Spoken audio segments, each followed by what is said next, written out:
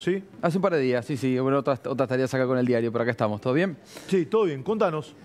Vamos con el dato de inflación, este 8,8% que informó el INDEX. Esperaba una baja con respecto al 11% de marzo del mes pasado. Tenemos acá los números para comentar un poco las categorías y sobre todo viendo qué explica. ¿Qué estuvo detrás de este índice? Alimentos, que había estado en 10,5% el mes pasado, cayó y está por debajo del promedio, pero lo vemos ahí a la izquierda del gráfico, más del 35% se explica en la variación del mes pasado, tuvo que ver con las tarifas y los aumentos de luz y de gas. Y mirando hacia adelante, el dato que mira el gobierno de la desinflación, que continuaría y se ubicaría bien por debajo de este 8,8%, también se explica por qué se decidió desde el gobierno frenar con los aumentos que ya estaban pautados de nuevos ajustes de tarifas en luz y el gas, pensando en que continúe este sendero a la baja, mirando también que cuando mirás las categorías por categorías estuvo bien por encima del resto del promedio lo que explica los aumentos de las tarifas sobre este 8,8% que estuvo por debajo de lo esperado y lo que habían medido incluso algunas consultoras privadas, más allá de que termina siendo un número muy alto. Argentina es el dato de inflación más alto de la región y del mundo. Faltan algunos países de los también de inflación muy alta que todavía no se conocieron, pero si bien se consolida este sendero hacia la baja, sigue siendo un número muy alto y que para continuar con ese sendero el gobierno decidió postergar algunos aumentos clave que son los que también explican que la inflación se mantenga en estos meses en niveles muy altos.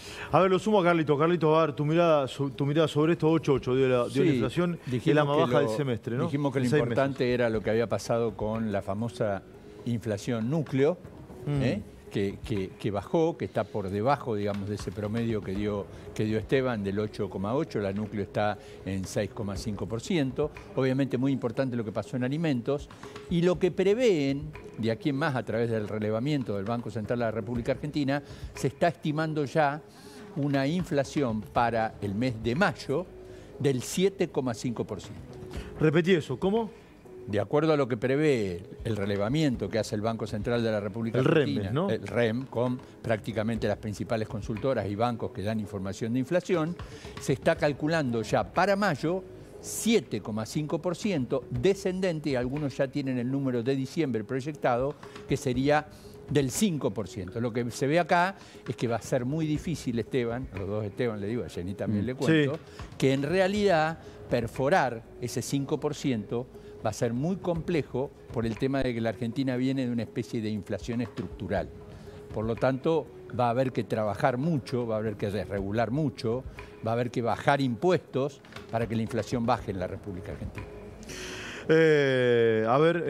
Vos sabés, Esteban, dale. que también economistas cercanos en la ideología o en la línea de pensamiento económica de Milei advierten sobre esta cuestión. Domingo Cavallo fue uno de los, quizás de los más renombrados, que plantean que la inflación puede bajar quizás un poco más, algunos puntos de este 8,8 que veíamos, que es la primera vez que está en doble dígito, en un único dígito después de octubre del año pasado, para marcar un poco lo que fue la disparada en diciembre, después el sendero hacia baja, pero que después este componente inercial de un montón de expectativas de empresas o de consumidores pensando remarcaciones u otros rubros que siguen aumentando, que terminan siendo lo que explican en parte esta tendencia de que se desacelera, pero que encuentra un piso y cada vez le va a costar más, como decía recién Carlos, que se continúe perforando la tendencia. También es cierto que en las proyecciones que había de inflación meses atrás se contemplaba, por ejemplo, que las tarifas siguieran aumentando, que los combustibles siguieran aumentando por el ajuste en impuestos, por ejemplo, que se decidieron postergar, y también se contemplaba un eventual movimiento del dólar más alto, que lo comentábamos semanas atrás.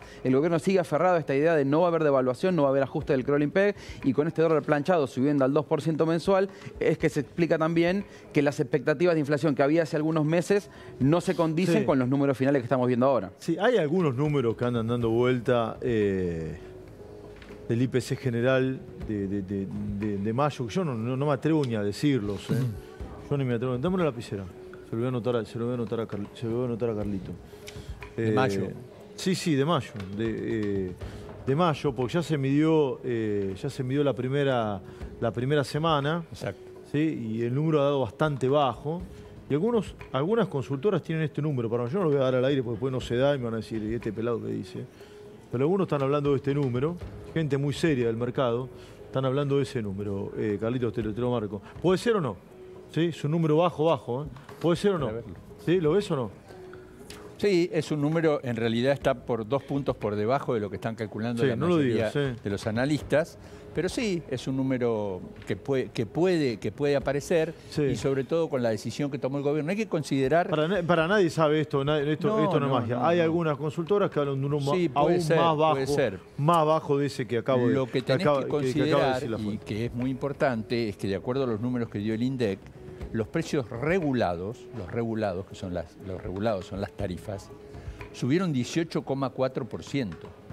Claro. Por lo tanto, si vos no frenabas esa idea de seguir aumentando tarifas, iba a ser muy difícil que el gobierno llegue a la inflación de esta que se puede estar calculando el gobierno entre observa 7,5 y 5,5. El gobierno observa todo, pero básicamente la núcleo. Entonces, Sí, sí. que vos estás en tu casa, no decís, pelado, pero yo no voy a comprar un kilo de pan con la inflación núcleo.